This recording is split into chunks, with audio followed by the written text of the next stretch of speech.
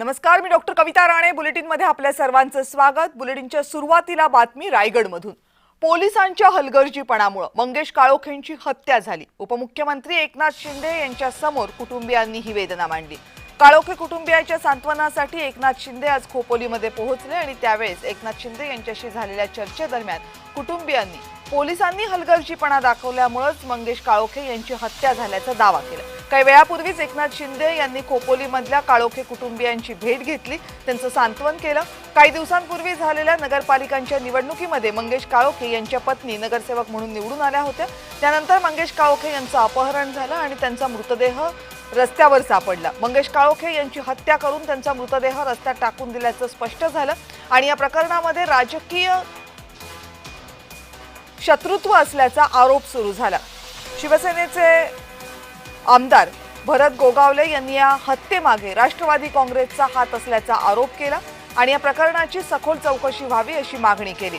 मुख्यमंत्री एकनाथ शिंदे यांनी काळोखे कुटुंबियांच्या घरी जाऊन त्यांचं सांत्वन केलं आणि या प्रकरणाला तपासासाठी पोलिसांना सर्व सहकार्य केलं जाईल आणि हे संपूर्ण प्रकरण फास्ट ट्रॅक कोर्टामध्ये चालवलं जाईल असं आश्वासन कुटुंबियांना दिलं.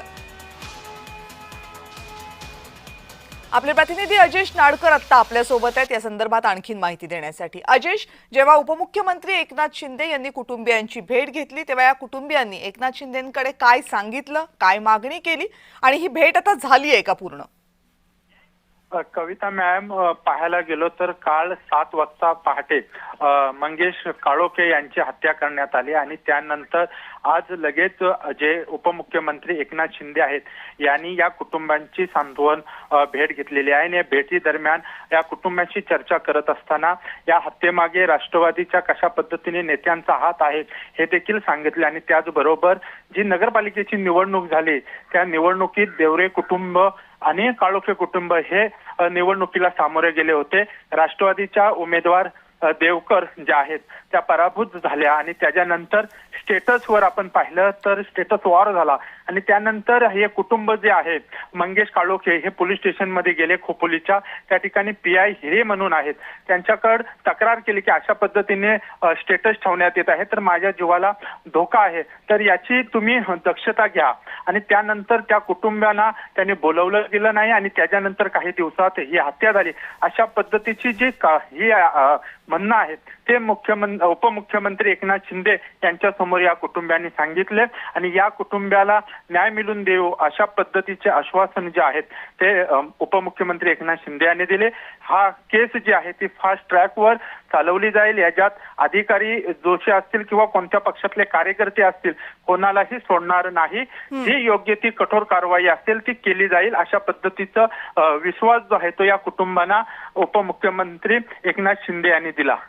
बरं अजेश, एक सांगा की आतापर्यंतचा जो प्राथमिक तपास झालेला आहे तपासातनं काय निष्पन्न झाले, म्हणजे ही हत्या कुणी केल्याचा आरोप आहे, का केल्याचा आरोप आहे? खरं पाहिलं मॅम तर आपण या नगरपालिकेच्या निवडणुकीला देवकर आणि काळोखे कुटुंबियांच्या आमने सामने ही लढाई झाली. त्याच्यात देवकर कुटुंब हे 2दा पराभूत या कुटुंबासमोर झाले आणि तोच मनात राग ठेवून जो आहे ती ही हत्या करण्यात आलेली आहे. ज्या हत्या प्रकरणी आरोप दाखल करण्यात आलेला आहे त्या आरोपीमध्ये देवकर असतील, त्यांचा मुलगा असेल, दोन्ही मुले आणि त्याच्याच बरोबर जिल्हाध्यक्ष सुधाकर घारे आणि प्रवक्ते भगत यांचाही नाव समोर आलं आहे आणि त्यामुळे हा संपूर्ण प्रकार राष्ट्रवादी कनेक्शन असल्याचं देखील शक्यता नाकारता येत नाही.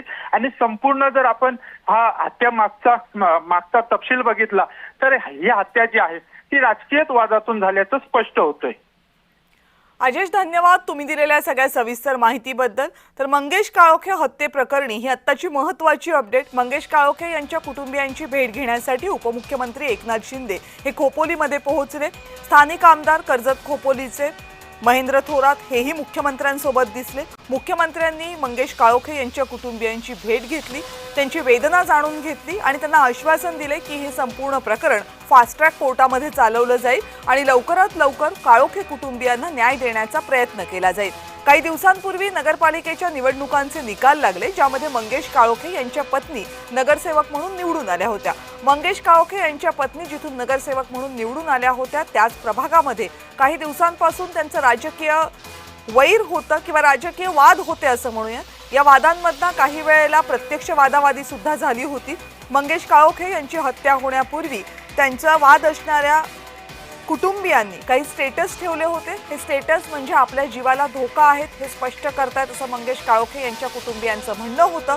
ते पोलीस स्टेशनला गेले होते. पोलिसांकडे त्यांनी या संदर्भातली तक्रारही मांडली होती. मात्र या संदर्भात पोलिसांनी योग्य ती सुरक्षा व्यवस्था पुरवली नाही आणि त्यामुळे मंगेश काळोखे यांची हत्या झाल्याचा आरोप कुटुंबियांनी केलाय. आता या संपूर्ण प्रकरणाची योग्य ती चौकशी केली जाईल. जर कोणी हलगर्जीपणा केला असेल तर त्यांना शिक्षा केली जाईल आणि हे जे आरोपी आहेत त्यांच्यावर खटला दाखल करून त्यांना लवकरात लवकर शिक्षेपर्यंत पोहोचवलं जाईल असं आश्वासन उपमुख्यमंत्री एकनाथ शिंदे यांनी या कुटुंबियांना दिलंय.